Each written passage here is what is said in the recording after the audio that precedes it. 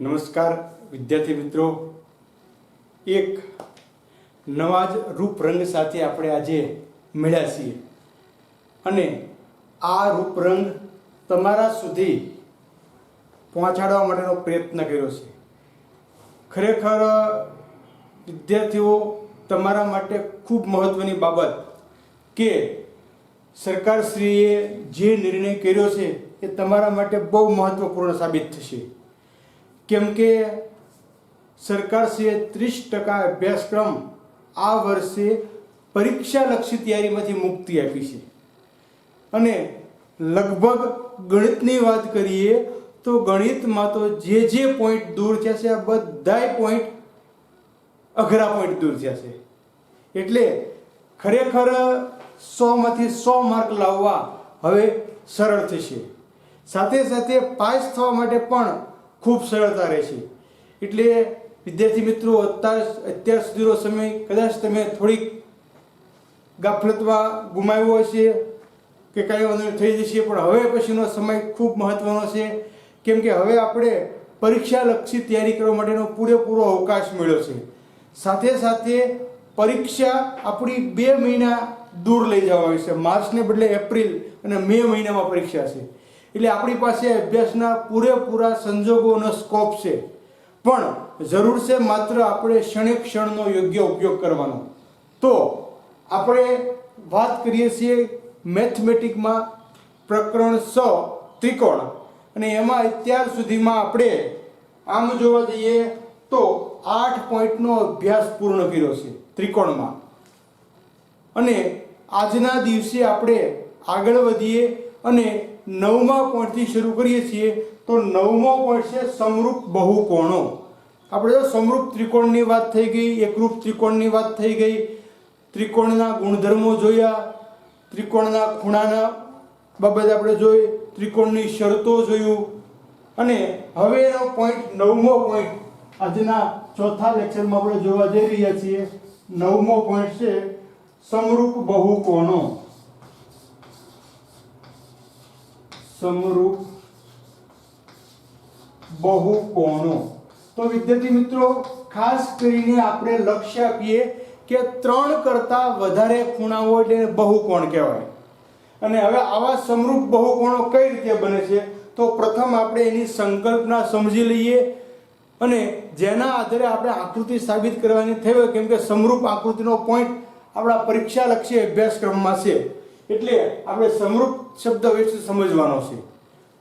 એકરૂપ એટલે ખૂણાએ એકરૂપ ને બાજુએ એકરૂપ, પણ સમરૂપ માટે કંઈક જુદું કે છે, જે આપણે જોઈ ગયા છીએ કે સમરૂપ એટલે અનુરૂપ ખૂણા એકરૂપ હોય અને અનુરૂપ બાજુના માપ સમપ્રમાણમાં, એટલે ગુણોત્તર સરખો હોવો જોઈએ. અને બધી બાજુનો, પહેલી બાજુ, બીજી બાજુ, ત્રીજી બાજુનો ગુણોત્તર આપણને સરખો મળતો હોવો જોઈએ. તો આવા ત્રિકોણ કે બહુકોણને સમરૂપ બહુકોણો કહેવાય. તો આપણે જોઈએ કે બે બહુકોણોના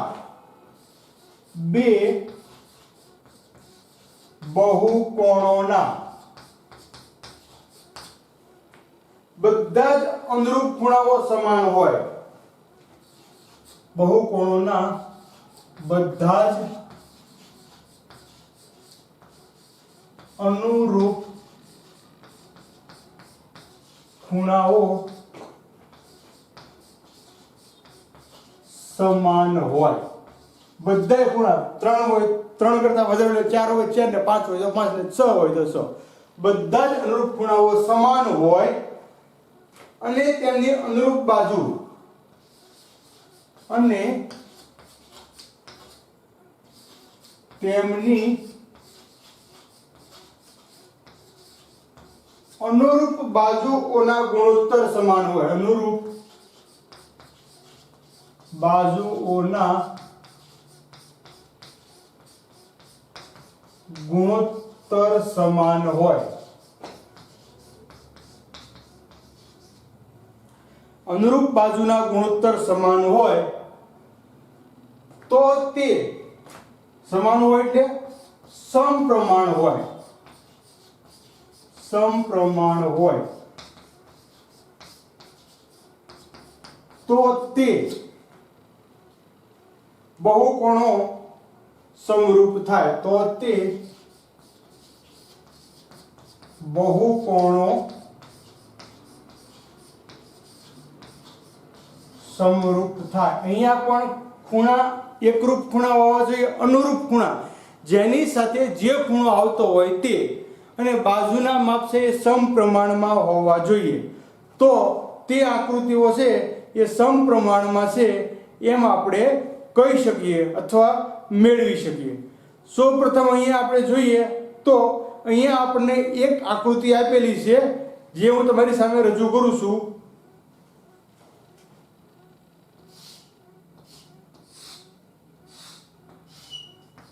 A B C અને D આ રીતની આકૃતિ છે। હવે એની બાજુનું માપ જે છે એ 2.1 1.5 2.1 1.5, ત્યાર પછી બીજી બાજુ જે છે એ 2.5 અને 2.4 2.5 અને 2.4, એના ખૂણાના માપ છે 105 100 75 અને 80,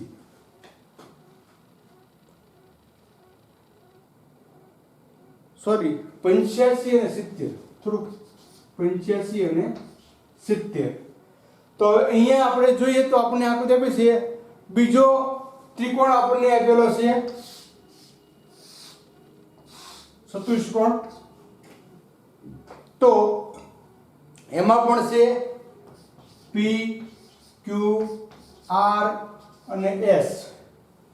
તો P નું માપ છે 105, Q નું માપ 100, R 70, D S 85, બાજુના માપ છે 4.2 3, ત્યાર પછી 5 અને સોરી અહીંયા 2.4 છે અને અહીંયા 4.8। તો હવે અહીંયા આપણે જે શરત આપી છે આપણને આ શરત જોવાની છે કે અનુરૂપ ખૂણાઓ સમાન હોય। તો અહીંયા જે ખૂણા સમાન છે આપણે જોતા જવાના, તો આપણે કહી શકીશું કે A અને P આ બે ખૂણા સમાન છે। ખૂણો A બરાબર છે ખૂણો P, એવી જ રીતે ખૂણો B બરાબર છે ખૂણો Q, એવી જ રીતે ખૂણો C બરાબર ખૂણો R, એવી જ રીતે ખૂણો D બરાબર છે ખૂણો S।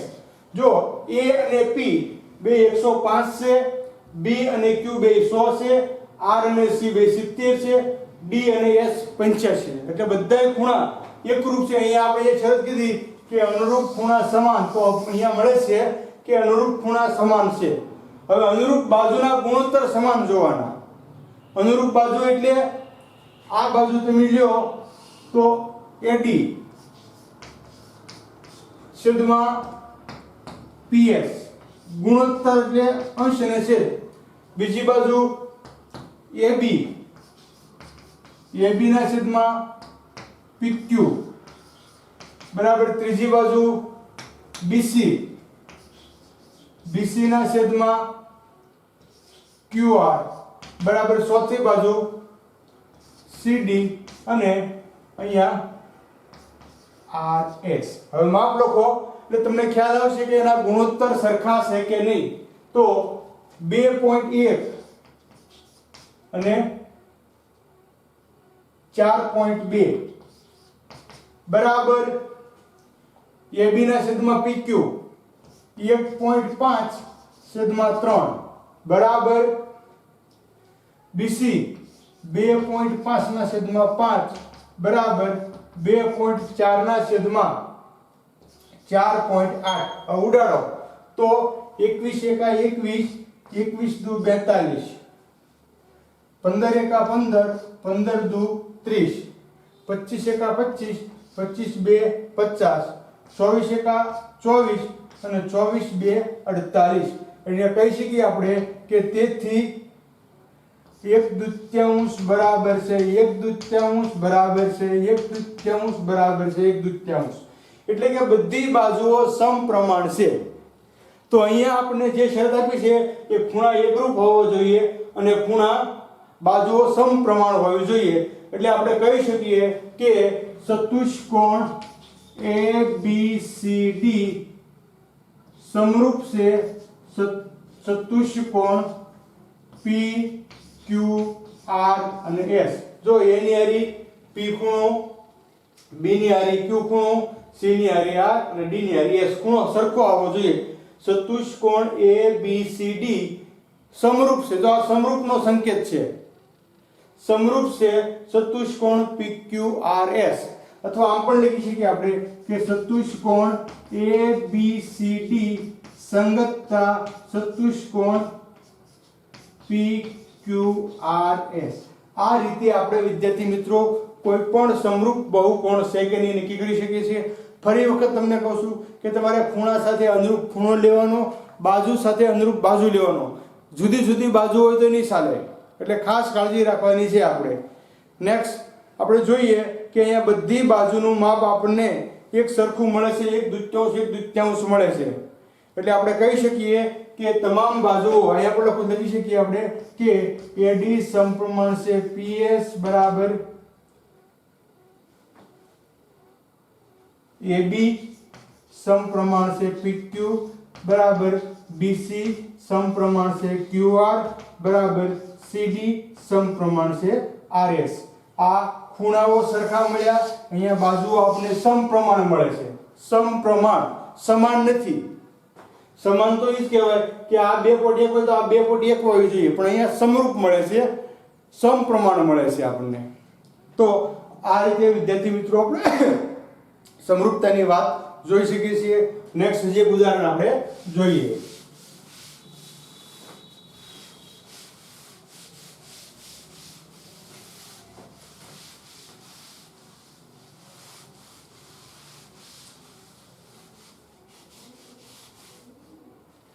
અહીંયા ખૂણા અને બાજુના માપ આપણે ફેરવી નાખીએ.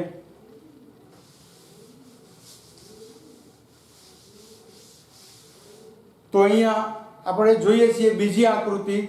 તો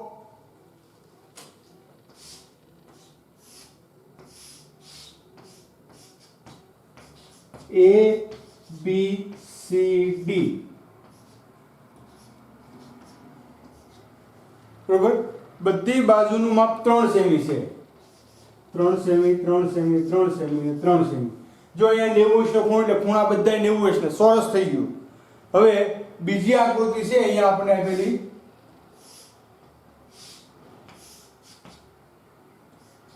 P Q R અને S બરોબર. હવે આનું માપ જે છે એ આપણે આપેલું છે 2 semi 3 semi 3 semi 5 semi 5 semi. તો હવે આપણે અહીંયા જોઈએ તો આ લંબચોરસ એટલે આના ખૂણા બધા 90 અંશના છે બરોબર. તો આપણે ખૂણા કોઈ પણ સાથે કોઈ પણ ખૂણો લઈ શકો અહીંયા, કેમ કે ખૂણા બધા સરખા છે, બધા 90 અંશના છે. એટલે આપણે લખી શકીએ અહીંયા કે ખૂણો A બરાબર છે ખૂણો P, ખૂણો B બરાબર છે ખૂણો Q, ખૂણો C બરાબર છે ખૂણો R અને ખૂણો D બરાબર છે ખૂણો S. ખૂણા બધા સરખા મળી ગયા. હવે બાજુ આપણે જોઈ લઈએ. તો બાજુ સમપ્રમાણ મળતી હોવી જોઈએ. તો AB છેદમાં PQ, બીજી બાજુ BC છેદમાં QR, ત્રીજી બાજુ CD છેદમાં RS અને ચોથી બાજુ AD છેદમાં PS. બાજુના માપ લખી નાખીએ તો 3/3 બરાબર BC, 3/5 બરાબર CD, 3/3 બરાબર 3/5.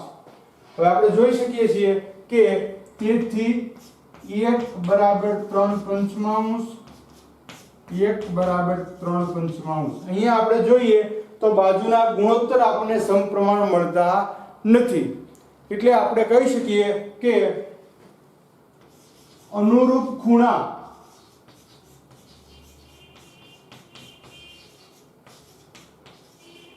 એકરૂપ છે, પરંતુ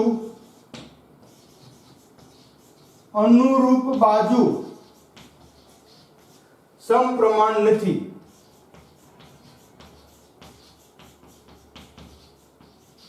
તેથી ચતુષ્કોણ ABCD અને ચતુષ્કોણ PQRS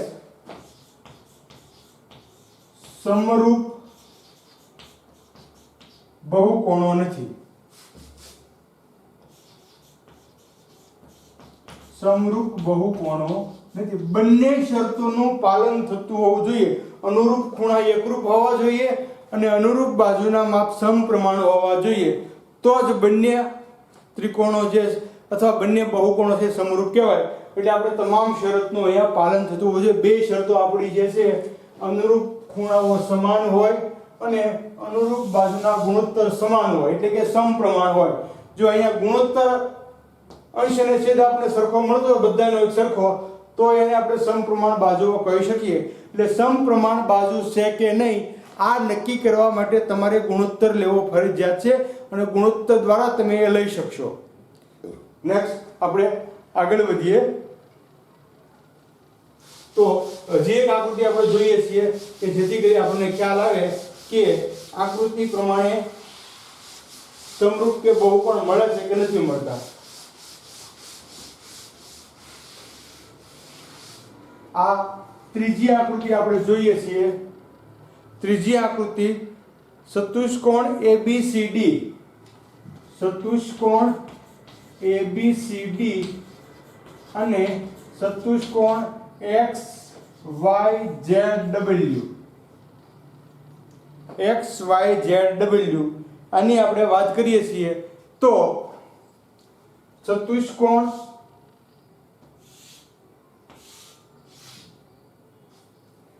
A B C અને D ચારે ચાર બાજુ આવી ગઈ.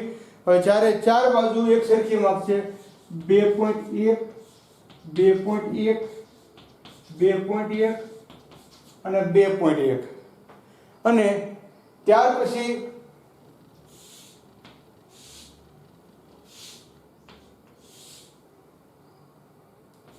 X Y Z W 4.2 4.2 4.2 4.2. હવે અહીંયા જે બે આકૃતિ આપણે જોઈએ તો અહીંયા પ્રથમ આપણે જોવાનું છે ખૂણા. તો ખૂણાની વાત કરીએ તો A B C D ચારે ચાર અહીંયા જે એરો માર્યો છે કાટકોણનો છે, કાટકોણ છે અને X Y Z W ના ખૂણા કાટખૂણાથી આપણે જોઈ શકીએ છીએ. એટલે કે ખૂણાઓ એકરૂપ નથી. અનુરૂપ ખૂણાઓ જે છે એ અહીંયા સરખા મળતા નથી. એટલે આપણે કહી શકીએ કે તેથી ખૂણો A બરાબર નથી ખૂણો X, ખૂણો B બરાબર નથી ખૂણો Y, ખૂણો C બરાબર નથી ખૂણો Z અને ખૂણો D બરાબર નથી ખૂણો W. એટલે ખૂણા સરખા મળતા નથી. તો હવે જો બાજુઓ જોવાની રહેતી જ નથી, આપણે ખૂણા સરખા ન હોય તો એ આકૃતિ સમરૂપ કહેવાતી નથી. કેમ કે જો ખૂણા સરખા હોય તો બાજુ જોવાની રહે. છતાં બાજુ આપણે જોઈ હોય અભ્યાસ માટે તો AB સાથે કઈ બાજુ આવશે? AB સમપ્રમાણ છે, XY બરાબર BC સમપ્રમાણ છે, YZ બરાબર CD સમપ્રમાણ છે, ZW બરાબર AD સમપ્રમાણ છે XW. હવે માપ લખીએ તો 2.1 4.2 2.1 4.2 2.1 4.2 2.1 4.2 બધી જગ્યાએ 21 2 42 બરાબર 1/2 બરાબર 1/2 બરાબર 1/2 બરાબર 1/2. અહીંયા આપણે જોઈ શકીએ છીએ કે બાજુઓ આપણને સમપ્રમાણ મળે છે, પરંતુ ખૂણા એકરૂપ મળતા નથી. એટલે કહી શકીએ કે ચતુષ્કોણ ABCD અને ચતુષ્કોણ XYZW માં બાજુના માપ સમપ્રમાણ છે, પરંતુ અનુરૂપ ખૂણા એકરૂપ નથી. તેથી ચતુષ્કોણ ABCD અને ચતુષ્કોણ XYZW સમરૂપ નથી. બે પૈકી કોઈ પણ એક શરતનું પાલન થાય એ માન્ય નથી. બંને શરતનું પાલન થતું હોવું જોઈએ. 3 પોઈન્ટ દ્વારા આપણે જોયું તો પ્રથમ પોઈન્ટમાં ખૂણાને બાજુ બંને સરખું હતું એટલે સમરૂપ આકૃતિ. બીજા પોઈન્ટમાં જોયું ખૂણા એક સરખા હતા, એકરૂપ હતા, પણ બાજુના માપ સમપ્રમાણમાં હતા નહીં. બધી બાજુનો ગુણોત્તર અહીંયા સરખો આપણને મળતો હોવો જોઈએ. બધી બાજુનો ગુણોત્તર સરખો મળે તો જ એને સમપ્રમાણ કહેવાય. અને ત્રીજી આકૃતિમાં ગુણોત્તર સરખો છે પણ ખૂણા સરખા મળતા નથી. અહીંયા ખૂણાના માપ નથી આપ્યું, પણ નક્કી કર્યું છે કે ભાઈ આ ખૂણો છે એ કાટખૂણો છે અને આ ખૂણો છે કાટખૂણો બનતા નથી. એટલે આપણે કહી શકીએ કે ખૂણા એના સરખા મળતા નથી. તો વિદ્યાર્થી મિત્રો, આ રીતે આપણે સમરૂપ આકૃતિનો મહત્વનો પોઈન્ટ છે, ખાસ જોવાનો છે. હવે આપણે આગળ વધીએ અને આવે છે સ્વાધ્યાય 6.1, જેની ખાલી જગ્યા અને પોઈન્ટનો આપણે અહીંયા અભ્યાસ કરવાનો છે. ખૂબ મોટો સ્વાધ્યાય નથી, માત્ર ને માત્ર 2 પોઈન્ટ એમાં આપણને આપેલા છે અને એ પ્રમાણે આપણે એનો અભ્યાસ કરવાનો રહેશે.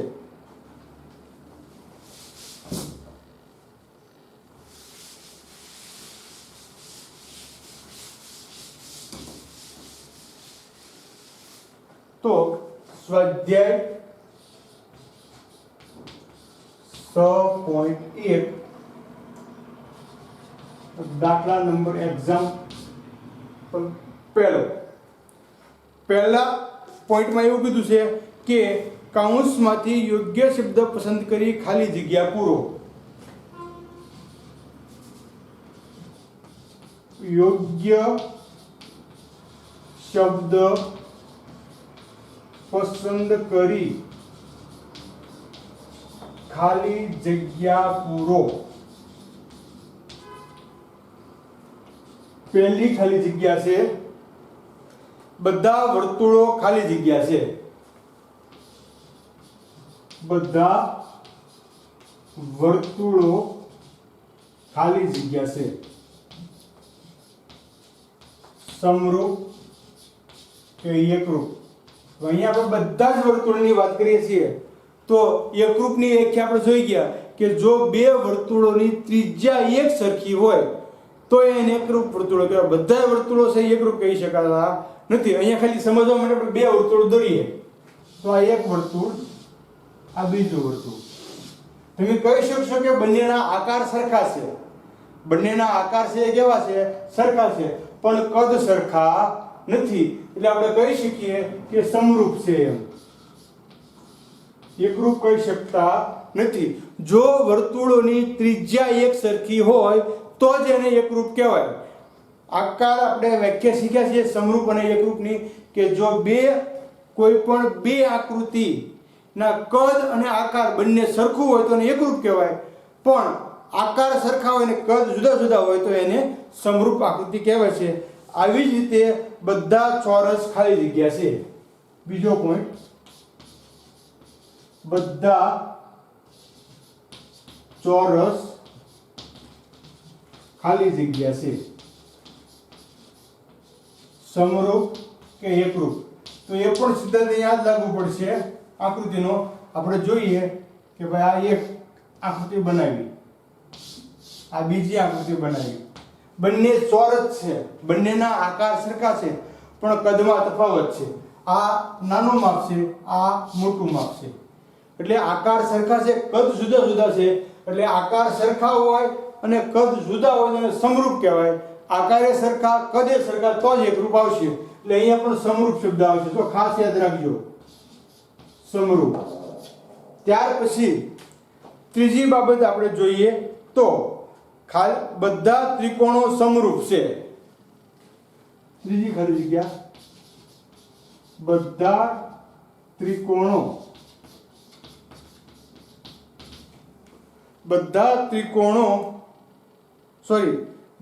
ખાલી જગ્યા ત્રિકોણો, બધા ખાલી જગ્યા ત્રિકોણો, બધા ખાલી જગ્યા ત્રિકોણો સમરૂપ છે.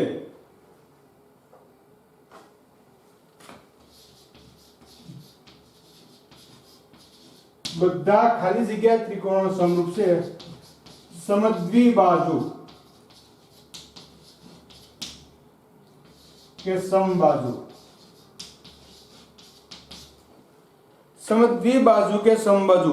જો અહીંયા આપણે કહી શકીએ કે સમદ્વિબાજુ, બે બાજુ સરખી હોય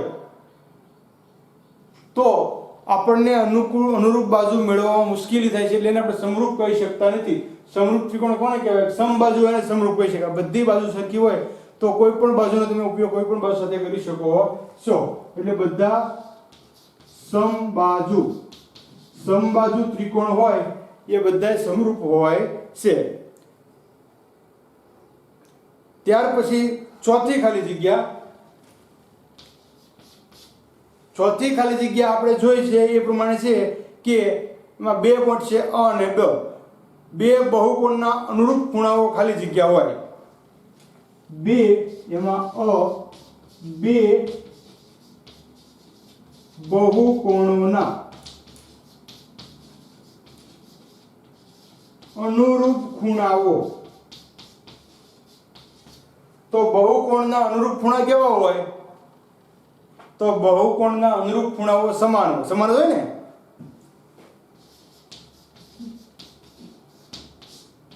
બહુકોણના અનુરૂપ ખૂણાઓ સમાન હોય, તેમની અનુરૂપ બાજુઓ ખાલી જગ્યા હોય.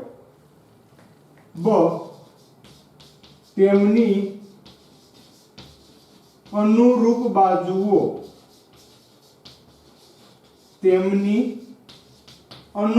બાજુઓ, બહુકોણની અનુરૂપ બાજુઓ ખાલી જગ્યા હોય. સમાન કે સમપ્રમાણ. તો આપણે બહુકોણની વ્યાખ્યા શીખી ગયા છીએ કે બહુકોણની વ્યાખ્યા શું કહે છે કે અનુરૂપ ખૂણાઓ સમાન હોય અને અનુરૂપ બાજુના ગુણોત્તર સરખા હોય, એટલે કે સમપ્રમાણ હોય. તો અહીંયા શબ્દ આવશે સમપ્રમાણ. સમાન શબ્દ નહીં આવે, સમપ્રમાણ. અનુરૂપ બાજુના માપ સમપ્રમાણ હોય છે. તો આ રીતે વિદ્યાર્થી મિત્રો આપણે તમામ ખાલી જગ્યાઓ જોઈ. આ સ્વાધ્યાય તમારા ટૂંકા પ્રશ્ન માટે કે ખરા ખોટા માટે મહત્વનો છે, એટલે એને અનુલક્ષીને આ યાદ રાખજો. ફરી વખત તમને રિપીટ કરું છું કે અનુરૂપ ખૂણા સરખા હોય અને અનુરૂપ બાજુના માપ સમપ્રમાણ હોય તો એને સમરૂપ આકૃતિઓ કહેવામાં આવે છે. એ ત્રિકોણ હોય, બહુકોણ હોય કે કોઈ પણ હોય. તો આ રીતે આપણે એની વાત તારવી શકીએ છીએ. નેક્સ્ટ આપણે હવે આગળના દાખલા જોઈએ.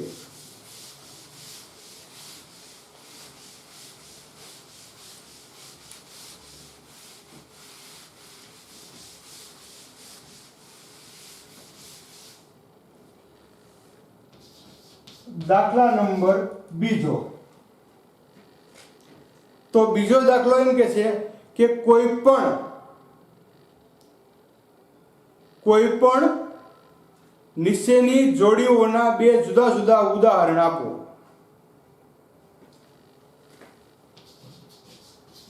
નીચેની જોડીઓના બે જુદા જુદા ઉદાહરણ આપો. નીચેની જોડીના બે જુદા જુદા ઉદાહરણ આપો. તો એમાં કીધું છે સમરૂપ આકૃતિઓ. સમરૂપ આકૃતિઓ. તો અહીંયા તમારે સમરૂપ આકૃતિના ઉદાહરણ લખવાના છે કે જે ઉદાહરણ આપણે એને કહી શકીએ કે સમરૂપ આકૃતિ હોય. બરોબર? તો સમરૂપ આકૃતિમાં ઉદાહરણ આપણે લખી શકીએ કે બે વર્તુળો, એની ત્રિજ્યા ગમે તેટલી હોય પણ એ આકૃતિ સમરૂપ કહેવાય. એવી જ રીતે બીજું આપણે કહી શકીએ બે ચોરસ. ત્રીજું આપણે મેં તમને અગાઉ ઉદાહરણ લખાવેલા છે તો એ પ્રમાણે પણ આપણે કહી શકીએ સમરૂપ આકૃતિમાં કે સમરૂપ આકૃતિના ઉદાહરણ તરીકે કોને આપણે કહી શકીએ તો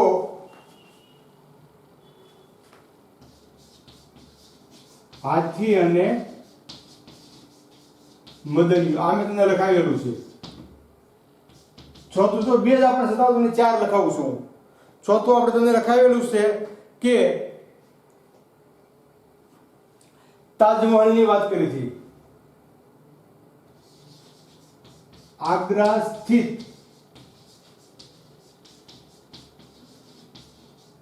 તાજમહેલ અને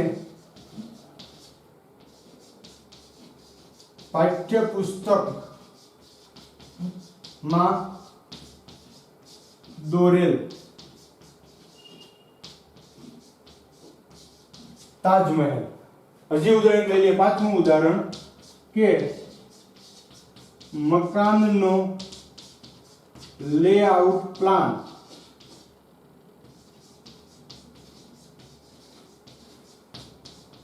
અને તૈયાર થયેલું મકાન. આ તમામ પોઈન્ટ છે. તમે સરળતાથી કહી શકો કે બે વર્તુળો જે છે એ એકરૂપ છે, સમરૂપ છે. એવી રીતે બે ચોરસ છે એ સમરૂપ છે, બે લંબચોરસ છે એ સમરૂપ છે. સરખી કોઈ પણ આકૃતિ હોય એને આપણે અહીંયા કહી શકીએ છીએ. અને બીજો પોઈન્ટ એને આપણે કીધો છે, બીજો પોઈન્ટ સમરૂપ ન હોય તેવી આકૃતિઓ. સમરૂપ ન હોય તેવી આકૃતિઓ. જે સમરૂપ ન હોય તો આપણે આકૃતિની વાત કરીએ છીએ તો આકૃતિ જ લઈએ આપણે કે એક આકૃતિ જે છે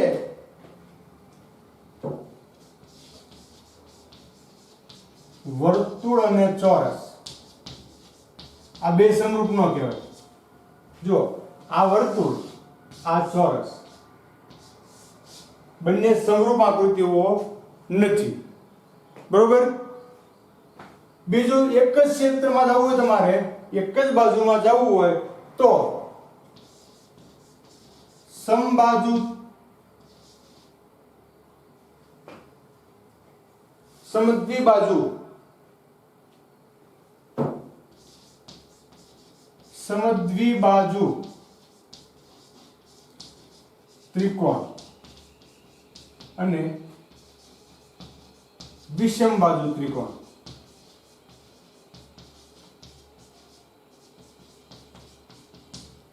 જો આપણે આકૃતિ જોઈને સમજવા માટે પ્રયત્ન કરીએ કે પહેલા સમબાજુ ત્રિકોણ આપણે જોઈએ છીએ તો આ બે બાજુ સરખી છે, તો વિષમ બાજુ બનાવો. હવે તો આપણે ખ્યાલ આવી જશે કે ભાઈ આની બાજુ સૌથી મોટી, આ બાજુ નાની છે, આ બાજુ એનાથી નાની છે. એટલે બંને ત્રિકોણના આકાર છે આપણે જુદા જુદા લાગે છે, અને આકાર જુદા જુદા હોય તો એને સમરૂપ કહી શકાતી નથી. તો આ રીતે વિદ્યાર્થી મિત્રો આપણે એના બે ઉદાહરણ આપણને પરીક્ષામાં પૂછે તો આપણે આપવાના રહેશે. સમરૂપ આકૃતિના મેં તમને 5 ઉદાહરણ આપ્યા છે. એ પૈકી 1, 2, 3 અને 4 તમારા ટેક્સ્ટ પ્રમાણે છે. આપણે 5 અને સમરૂપ ન હોય તેવા આપણે અહીંયા 2 ઉદાહરણ લખ્યા છે. એટલે એ પ્રમાણે તમે ઘણી બધી આકૃતિ અહીંયા આપી શકો.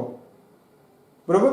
જે સમરૂપ હોય નહીં એવી આપણે રજૂ કરી શકીએ છીએ. ઘણી બધી આપણી પાસે આકૃતિઓ છે. તમે ચોરસ, ત્રિકોણ, લંબચોરસ, ચતુષ્કોણ કોઈ પણ વસ્તુ દોરી અને બતાવી શકો છો. એક રેખા દોરો અને બીજું ત્રિકોણ દોરો તો બંને સમરૂપ આકૃતિ બનતી નથી. એટલે આ રીતે આપણે જોઈ શકીએ. નેક્સ્ટ દાખલા નંબર 3.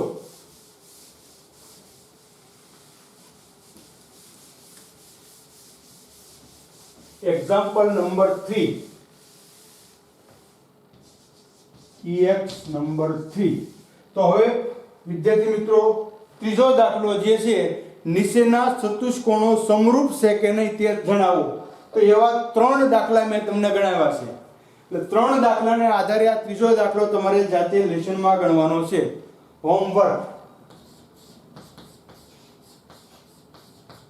હોમવર્કમાં ગણવો અને ગણાઈ જાય એટલે ફોટો પાડી અને મને મોકલવાનો છે. આપણે કીધું પ્રમાણે કે તમારે સમરૂપ છે કે નથી, છે તો શા માટે, નથી તો શા માટે. હું જેમ લખું છું કે ભાઈ ખૂણા હરખા નથી, બાજુ હરખું નથી, એના આધારે તમારે તમારી ટેક્સ્ટ બુકનો ત્રીજો દાખલો ગણી અને મને મોકલવાનો રહેશે.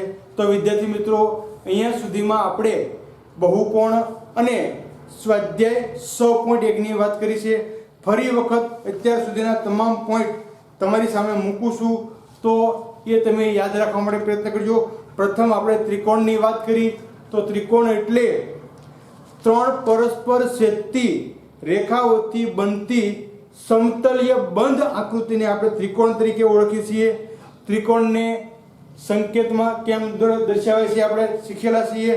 ત્રિકોણમાં 3 બાજુ હોય, 3 ખૂણા હોય અને 3 શિરોબિંદુ હોય છે. ત્યાર પછી આપણે અંતર્ગત ખૂણો, અંતર્ગત બાજુ, સામેનો ખૂણો, સામેની બાજુ, આ બધી બાબત જોઈ. બીજો પોઈન્ટ આપણે જોયો એકરૂપ આકૃતિઓ. એકરૂપ આકૃતિઓ કોને કહેવાય? ત્રીજો પોઈન્ટ આપણે જોઈએ સમરૂપ આકૃતિઓ, કે જેને અનુસંધાને આપણને ખ્યાલ આવ્યું કે ભાઈ જે બે આકૃતિના આકાર સરખા હોય પરંતુ કદ જુદા જુદા હોય તેવી આકૃતિને આપણે સમરૂપ આકૃતિ કહીએ છીએ. અને એના ઉદાહરણો આપણે જોયા. ત્યાર પછી ત્રિકોણની સંગતતા, કે ચ પૈકીની કોઈ પણ એક સંગતતા છે, સમરૂપતા હોવી જોઈએ. ત્યાર પછી ત્રિકોણની એકરૂપતા, કે બે ત્રિકોણના શિરોબિંદુની કોઈ સંગતતા માટે અનુરૂપ ખૂણા એકરૂપ હોય અને અનુરૂપ બાજુની પ્રત્યેક જોડ પણ એકરૂપ હોય તો તેવા બે ત્રિકોણને એકરૂપ ત્રિકોણો તરીકે ઓળખીએ છીએ. અનુરૂપ ખૂણા કેમ મેળવવાના, અનુરૂપ બાજુ કેમ મેળવવી એ આપણે શીખ્યા. ત્યાર પછી એક એની શરત આપણે જોઈ કે એકરૂપ ત્રિકોણના અંગો સમાન હોય છે અને તેને ટૂંકમાં CPCT, corresponding parts of congruent triangle, અર્થાત એકરૂપ ત્રિકોણના અનુરૂપ અંગો. અને છેલ્લે આપણે એકરૂપતાની શરતો, 5 શરતોની વાત કરી. ત્યાર પછી વિવિધ ત્રિકોણના ખૂણાઓની ચર્ચા કરી, ત્રિકોણના શરતો જોઈ. ત્યાર પછી ત્રિકોણના ગુણધર્મો આપણે જોયા. બહુ મહત્વનો પોઈન્ટ છે વિદ્યાર્થી મિત્રો, યાદ રાખજો. ખૂણાઓ અને અંતે બહુકોણની વાત કરી. અને અહીંયા આપણે પહેલા પોઈન્ટને વિરામ આપીએ છીએ કે હવે અહીંયા સુધીમાં આપણને સમરૂપતાના બારામાં કોઈ પ્રશ્ન રહેવો જોઈએ નહીં, કે કોઈ પણ ત્રિકોણ છે એ સમરૂપ કઈ રીતે બની શકે છે, સમરૂપ આકૃતિઓ સુધીની વાત આપણે જોઈ. તો ફરી વખત તમને રિક્વેસ્ટ સાથે વિદ્યાર્થી મિત્રો, સિલેબસ ખૂબ ઘટી ગયો છે અને આપણા માટે મહત્વના પોઈન્ટ રહ્યા છે, અઘરા પોઈન્ટ જતા રહ્યા છે. એટલે વધુમાં વધુ મહેનત કરો એવી અભ્યર્થના સાથે આજનો લેક્ચર પૂર્ણ કરીએ. ખૂબ ખૂબ ધન્યવાદ.